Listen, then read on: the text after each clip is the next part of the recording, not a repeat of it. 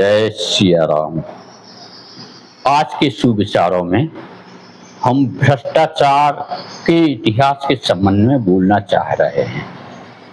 हमारे मन में एक बात आई थी कि ये भ्रष्टाचार का प्रारंभ कब से हुआ है। जहाँ तक हमारी बुद्धि काम कर रही थी और हमने खोज की है तो हमको ऐसा लगा है कि सतयुग त्रेता में तो भ्रष्टाचार नहीं था। उस समय ईमानदारी और सेवा ये ही मुख्य आधार थी सफलता की।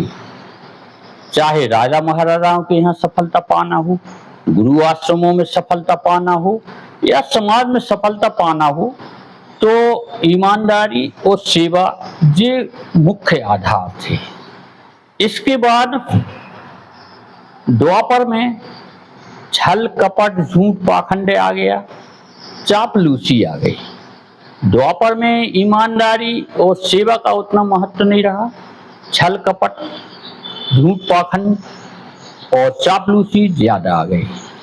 ये चापलूसी जब कलयुग आया तो वीर गाथा काल तक चापलूसी बहुत ज्यादा हो गई थी। वीर गाथा काल में भाट लोग इतनी चापलूसी करते थे राजा महाराजाओं की जिसका कोई हिसाब नहीं। जैसे एक को मारे, दो मर जावे, तीसो देशक में मर जाए, और राजा महाराजाओं की प्रशंसा करते थे। इसके बाद भ्रष्टाचार का जहां तक संबंध है तो वो हमको लगता है मुगल काल में अकबर के समय से प्रारंभ हुआ है। हमारी खोज के अनुसार अकबर के समय से प्रारंभ हुआ है।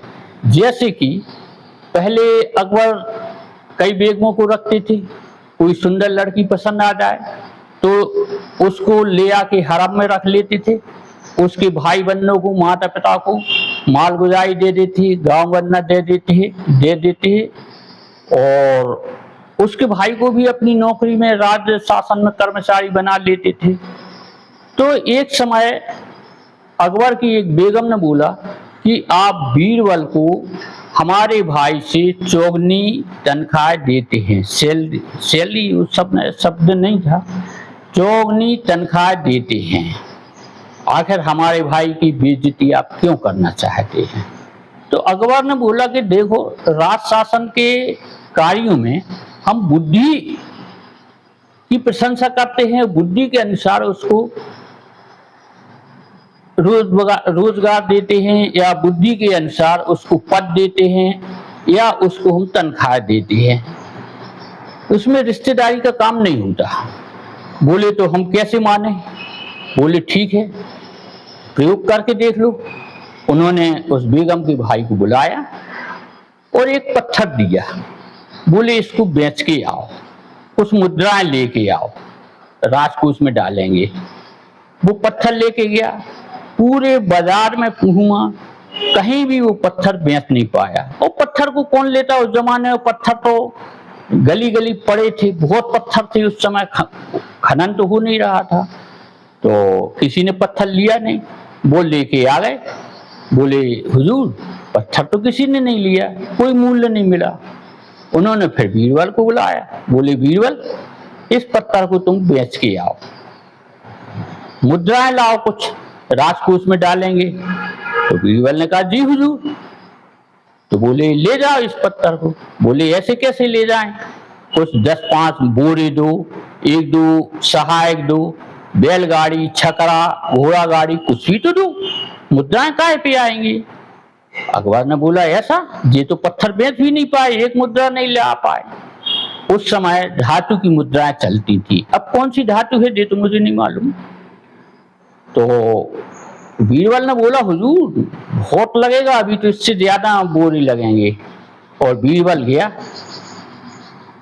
चूंकि वो राज शासन का पत्थर था और बीरबल ने कुछ रस्सी बुलवाई, सेवकों को लिया, किले के आगे गए और जहां बस्ती थी, जनता रहती थी, वहां पे उस रस्सी से पत्थर को बांधा और रस्सी से रोड की, वो सड़क की चौड़ाई नापने लगे। उस नाप में पहला घर आधे से ज्यादा गया। उसने बोला भाई क्या बात है? बोले जे हुजूर का आदेश है रोड ये सड़क चौड़ी करना है, सड़क चौड़ी होगी तो ये तुम्हारा मकान पूरा मिटेगा।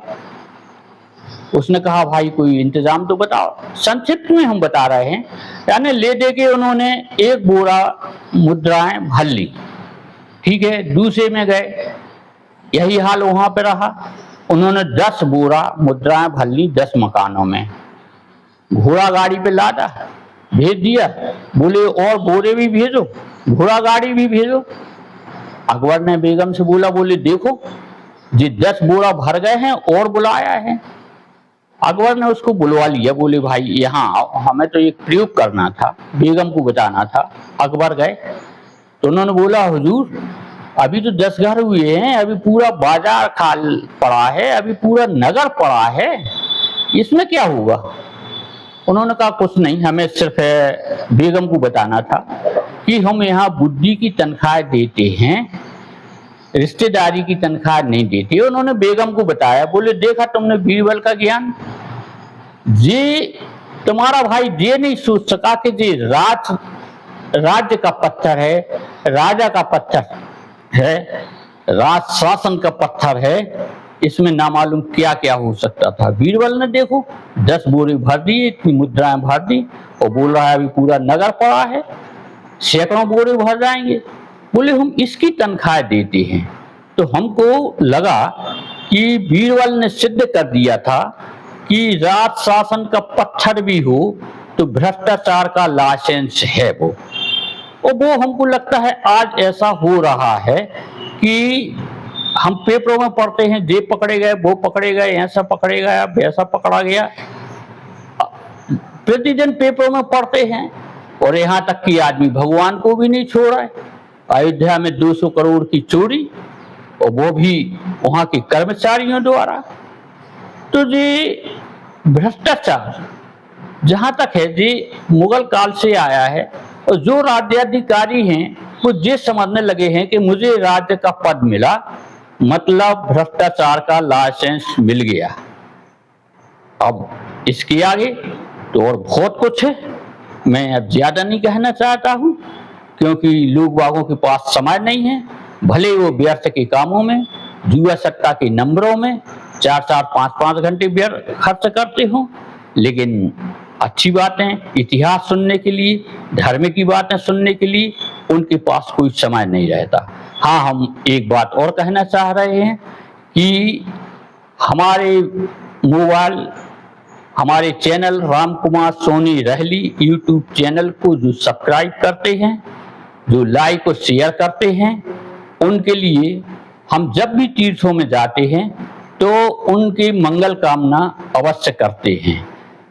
क्योंकि सब्सक्राइब, लाइक और शेयर में ना उनका एक नया पैसा लगना है और ना हमें प्रार्थना करने में एक नया पैसा लगना है, लेकिन जो हमें सहयोग करेगा उसके लिए हम भी सहयोग करेंगे। बस आज हम ज्यादा नहीं बोलना चाहते हैं। जय जय सिया राम। आप सभी के हृदय में हृदय उस परमात्मा शक्ति को मेरा प्रणाम।